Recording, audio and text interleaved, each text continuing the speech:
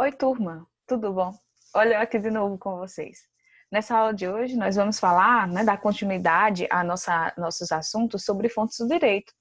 Mas, de forma específica, vamos falar sobre três fontes que são mais curtinhas e simples de compreendermos, que é a doutrina, o poder negocial e o poder normativo dos grupos sociais. Então, a gente já está encerrando o nosso percurso acadêmico aqui no primeiro semestre. Vamos ter aquele descanso merecido, porque mesmo em quarentena, mesmo em estudo domiciliar, a gente tem um ritmo que cansa, principalmente a mente. Então, vamos juntar a força que resta, dar um novo up, um novo ânimo, retomar com tudo agora para a V2 e concluir esse nosso semestre para, assim, tudo dar certo, torcendo, que semestre que vem a gente inicia o segundo semestre aí em Direito Civil 1, conseguindo estabelecer, inclusive, momentos de encontros presenciais, Então, sem mais delongas, vamos dar início aqui à nossa aula de hoje, onde nós trabalharemos esse conteúdo que eu falei para vocês. Então, para facilitar, eu vou aqui compartilhar a minha tela, iniciar aqui a apresentação. Então, fontes do direito, doutrina, tá? Esse é o primeiro tópico que nós vamos trabalhar na aula de hoje. Pessoal, a doutrina é a fonte do direito que vocês mais tiveram contato esse semestre. Na verdade, é aquela primeira fonte que o aluno do curso de Direito ele conhece, porque a doutrina nada mais é do que a produção técnico-científica acerca do direito. Então, são os livros que vocês estudam, e até a gente fala, olha, qual é a doutrina que eu vou adotar esse semestre? O livro do autor tal, tal e tal, sobre o assunto Introdução ao Estudo do Direito. Então, essa é uma fonte do direito, essa é a doutrina, como nós chamamos. Então, a doutrina, ela é proveniente dessa atividade científica dos operadores, dos aplicadores do direito, tá, gente? E por que esse nome doutrina, A doutrina, se a gente for pensar, ela não existe só a aplicação dessa palavra no âmbito do direito, ela é muito utilizada, inclusive, no âmbito da religião também, Uma doutrinação religiosa, por exemplo. Então, a doutrina é um conjunto de ideias que se tem acerca de algo e que se vende esse conjunto de ideias como algo, como aquilo que é o certo sobre determinada realidade. Então, há uma ideia também de crença sobre aquelas verdades que são postas de alguma forma enunciadas para as pessoas. Então, dentro do direito, a doutrina científica, ela é a percepção que cada teórico, cada estudioso do direito constrói acerca dos fatos sociais, acerca dos institutos jurídicos e como eles devem ser analisados, interpretados e aplicados na sociedade. Então, eles produzem obras científicas sobre isso, artigos, livros, teses, dissertações, e esse conteúdo, esse conjunto de elaborações dessas atividades de pesquisa científica é o que nós vamos chamar de doutrina. Então, observe que a doutrina ela vai ter algumas contribuições interessantes para o direito. Ela vai contribuir para o trabalho dos aplicadores do direito. Então, assim, quando vocês se formarem, e começarem a atuar de uma forma mais profissional com o direito, vocês vão perceber que a gente nunca deixa de estudar. Na verdade, quando a gente vai elaborar uma petição ou vai se preparar para uma audiência, por exemplo, nós precisamos estudar acerca daquele direito que a gente está trabalhando, e para isso eu vou me valer dos doutrinadores. Então, eu estou entrando com a ação de alimentos.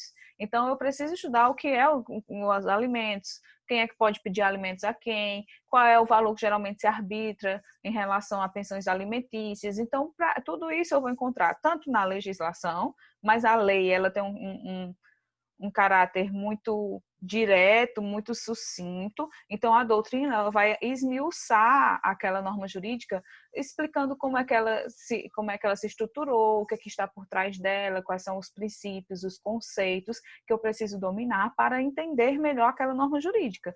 Então, ela contribui para quem lida com direito estar sempre atento, conhecendo todo o ordenamento jurídico, auxiliando na interpretação das demais normas jurídicas, tá?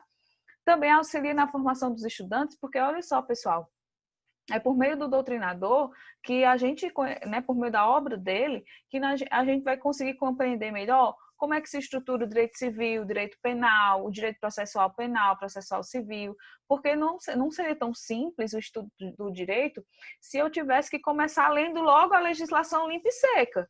né? A doutrina, ela ajuda a contextualizar aquele conteúdo normativo daquela lei dentro do ordenamento jurídico, trazendo exemplos, trazendo uma contextualização histórica, trazendo as percepções dos tribunais sobre aquela norma. Então, auxilia na nossa formação, porque é a partir daquela produção científica que eu vou conseguir compreender melhor o direito, tá? Oferece subsídios ao legislador, olha só que interessante. O legislador, quando ele vai propor uma iniciativa de lei, né, uma criação de uma nova norma jurídica, ele tem que pesquisar sobre aquele assunto. Muitas vezes, como é que eu posso dizer? O incentivo para a criação de uma nova norma jurídica, criando algum novo direito, parte, às vezes, da doutrina primeiro, né? Então, o doutrinador já é aquele sujeito que atua no direito, que trabalha, que pesquisa sobre o fenômeno jurídico. Muitas vezes ele consegue enxergar situações sociais que estão acontecendo e demandando a atualização jurídica antes mesmo do legislador.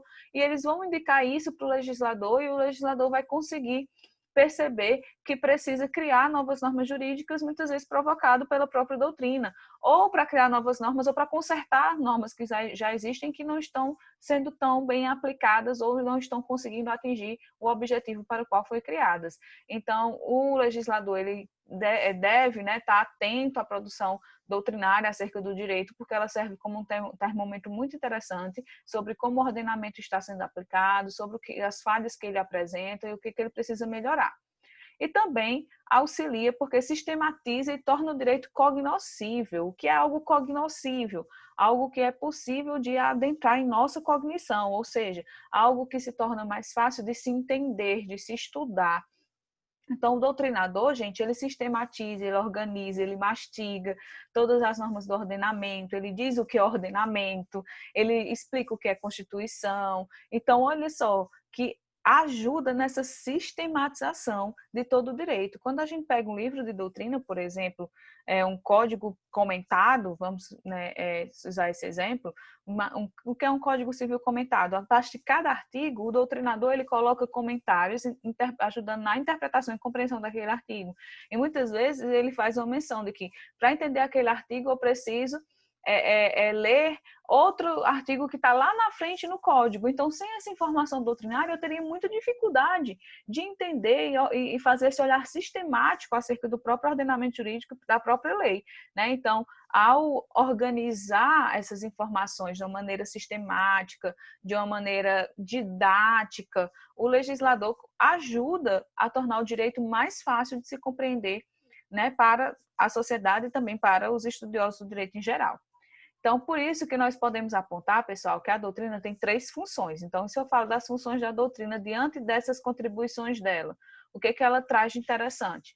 Ela tem uma função criadora, que foi aquilo que eu falei, né, sobre o legislador ter que estar atento também às questões doutrinárias. Então, a função criadora da doutrina é porque ela cria neologismos, que são neologismos, termos novos, novos institutos, novas teorias, né, que ajudam o direito a acompanhar a sociedade. Vou dar um exemplo aqui para vocês. Não sei se vocês já ouviram falar de alienação parental, que é aquela situação em que um dos genitores ele utiliza a criança como um instrumento para atingir o outro genitor, né, por meio de atitudes que fazem com que aquela criança ou aquele adolescente eles rejeitem o outro genitor, né? Isso é muito comum em situação de divórcio, de separação daquele casal, né? Então, essas situações que trazem um sofrimento psíquico enorme para aquela criança ou para aquela adolescente e também para o genitor, que é o alienado, né, o que sofre o afastamento daquele seu filho, foi percebido primeiro pelos aplicadores do direito no cotidiano das atividades forenses. Então, os juízes das varas de famílias, promotores das varas de famílias, advogados que atuam na área de família, começaram a perceber que isso era uma situação recorrente, que tinha graves consequências e que, portanto, o direito precisava regulamentar. E começaram a escrever artigos, trabalhos sobre isso e chamaram esse fenômeno de alienação parental.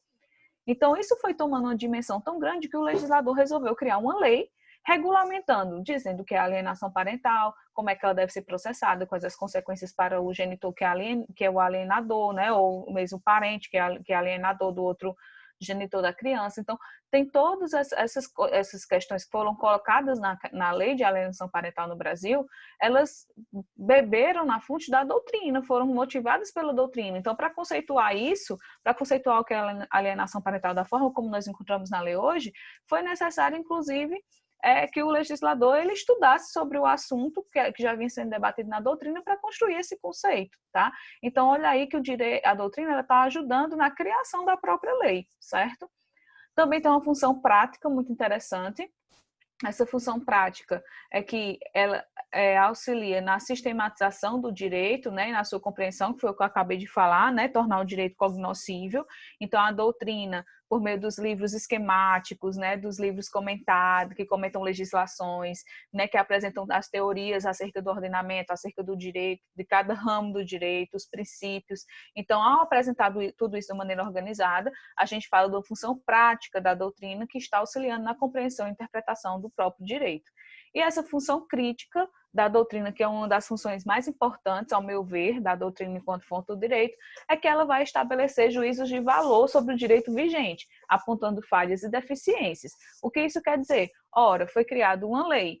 Então, essa lei, ela pode ter pontos dela que não se adequam à realidade, ou que não estão sendo aplicados, ou que não estão sendo efetivos, às vezes traz um processo muito burocrático que a população não consegue concretizar. Então, os doutrinadores que atuam naquela área do direito, que essa lei, que tem uma falha, por exemplo, ela regulariza, eles vão criar trabalhos, né, fazer artigos de revista, livros, artigos científicos falando sobre essa situação de falha ou de atecnia, né, do próprio direito, né, da própria lei, por exemplo, e isso pode motivar a modificação e melhoria do próprio ordenamento jurídico.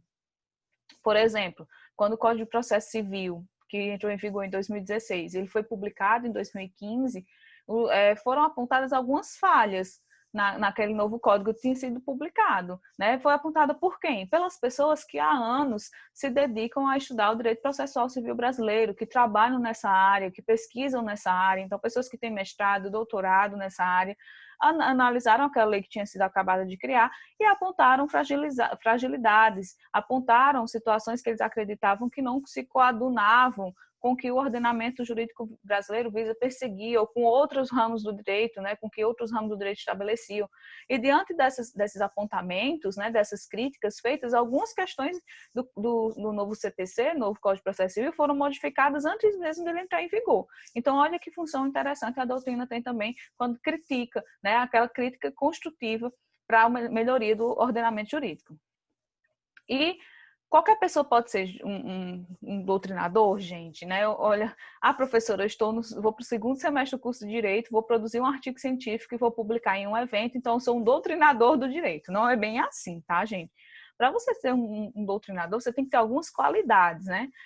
Primeiro, você precisa ser uma autoridade científica naquele assunto. E como é que você se torna uma autoridade científica? Estudando muito sobre aquele assunto, pesquisando, produzindo, né? Enveredando na vida acadêmica, então você se gradua, faz mestrado, doutorado, né? Atua naquela área, então está participando sempre de eventos científicos sobre aquele tema. Então, diante daquela experiência que você vai acumulando ao longo da sua vida acadêmica, você se torna uma autoridade científica sobre aquele assunto. Outra questão interessante é que o doutrinador ele deve ser independente, né? Para que o doutrinador ele consiga falar o que deve ser falado, ele não pode estar vinculado ou ser submisso a algum setor da sociedade. Então, é muito complicado eu ter um doutrinador que é um juiz, que o objetivo de pesquisa dele é criticar o próprio sistema judiciário. Então, assim, é difícil isso acontecer porque ele vai criticar o próprio órgão do qual ele faz parte.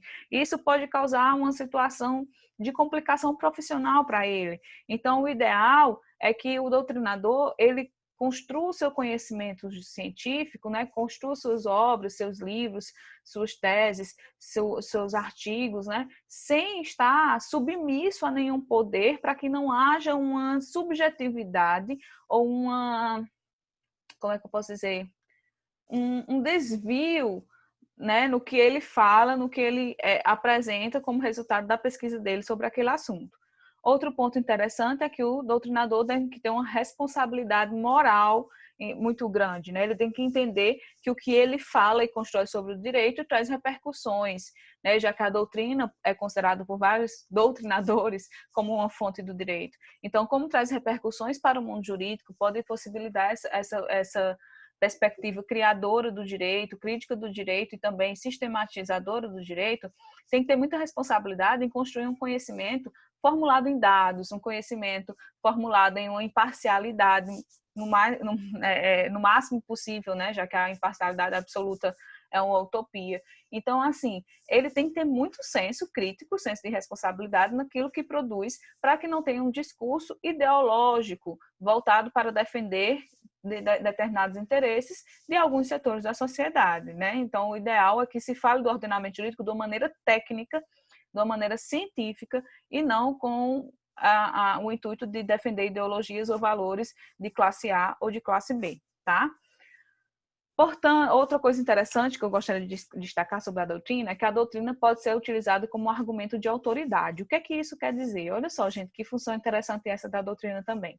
Você vai escrever uma peça jurídica e vai submeter ela para o crivo do juiz, né? Você vai estar fazendo dando entrada em um processo para um cliente seu, onde ele está solicitando uma indenização por danos morais, por exemplo. Então, naquela peça judicial que você vai elaborar, você tem que fundamentar o que você está pedindo. Então, seria interessante você fundamentar dizendo assim, olha, senhor juiz, eu acredito que o meu cliente sofreu indenização por danos morais, sofreu um dano moral, né, e, portanto, deve ser indenizado, porque, segundo o autor tal, por exemplo, Tartucci no direito civil ou Silvio Salvenosa no direito civil, ele conceitua que dano moral é isso, isso e isso. Portanto, a definição do doutrinador está de acordo com o que eu estou dizendo que a minha cliente sofreu. Então, veja que nesse ponto eu estou mostrando para o juiz que não sou eu que estou apenas dizendo que direito moral, que dano moral é isso. É um doutrinador reconhecido naquele ramo do direito que tem um conhecimento ou valorização do seu trabalho em âmbito nacional, que está dizendo, conceituando que dano moral é aquele fenômeno X. Então, o meu argumento, ele passa a ter um peso maior, porque não sou eu que estou dizendo, eu estou dizendo junto com aquele doutrinador, que é reconhecido e valorizado. Então, é muito interessante que quando a gente vai falar sobre algo no direito, a gente sempre fundamente, além da lei, né, da jurisprudência, a gente também fundamente doutrinariamente, tá? E é algo que vocês vão sentir muito quando forem falar sobre, quando forem elaborar o trabalho de conclusão de curso de vocês, porque sempre que a gente vai elaborar um trabalho científico, por exemplo, um artigo para conclusão de curso ou uma monografia, a gente tem que sempre fundamentar aquilo que a gente está dizendo.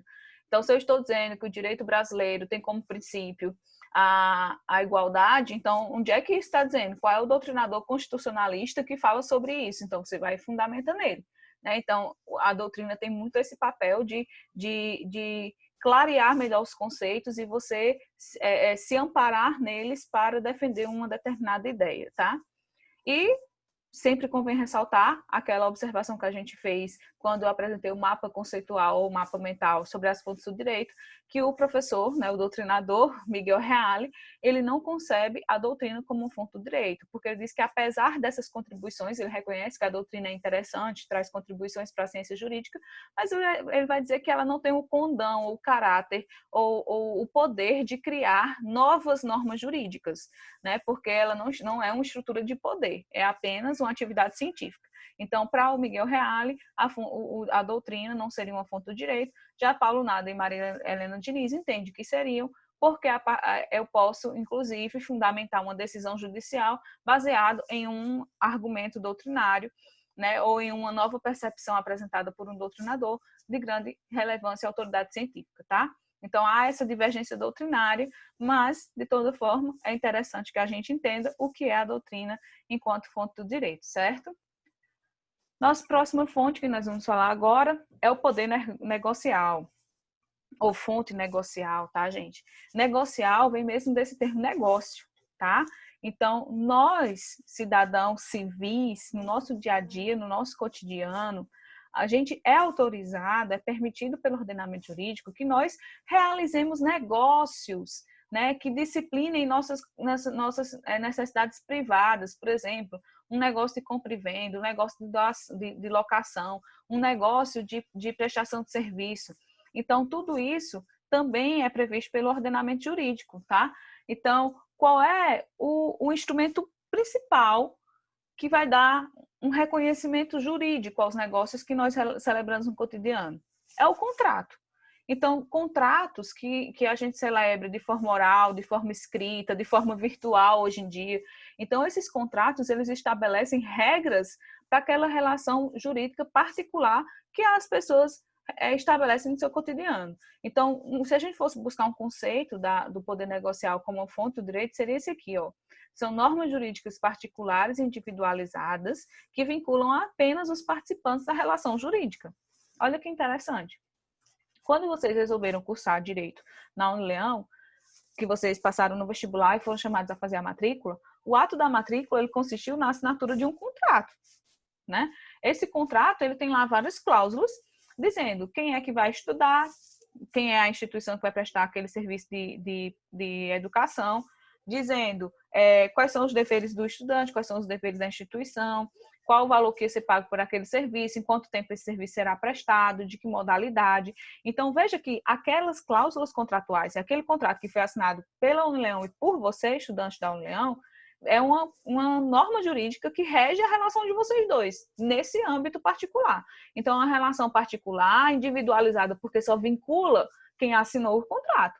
Ah, professora, mas o meu irmão ele pode ir para a aula por mim? Não, porque quem assinou o contrato foi você. Você que é o aluno da Unileão e não o seu irmão, né? Então, ele vincula apenas as partes daquela relação jurídica. E havendo algum problema naquela relação jurídica e possivelmente que possa vir a ser judicializado, o juiz, quando ele for decidir, uma das fontes que ele vai utilizar para ver como é que deve resolver o problema é o contrato. Ele vai dizer, olha, peraí, nesse conflito que vocês estão me apresentando aqui, nessa relação entre o aluno e a Unileão, existia algum documento que dizia como é que deveria ser a relação de vocês? Existia, que é esse contrato aqui. Pois vamos ver o que o contrato diz. Vamos interpretar esse contrato e, com base nele, buscar como deve ser resolvida essa situação. O juiz pode fazer isso? Pode, porque aquele contrato é uma fonte do direito para aquela relação particular de vocês, tá? E isso é permitido pelo ordenamento jurídico porque se reconhece que nós, indivíduos, temos a autonomia da vontade.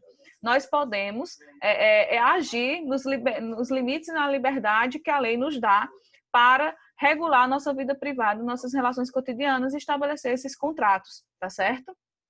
Então, existe, inclusive, um brocardo jurídico, né, um termozinho que é latino, né, que advém da língua latina, que é bastante conhecido no universo jurídico, que é o princípio do pacta sunt servanda. O que esse princípio quer dizer? Pacta sunt servanda quer dizer os acordos devem ser mantidos.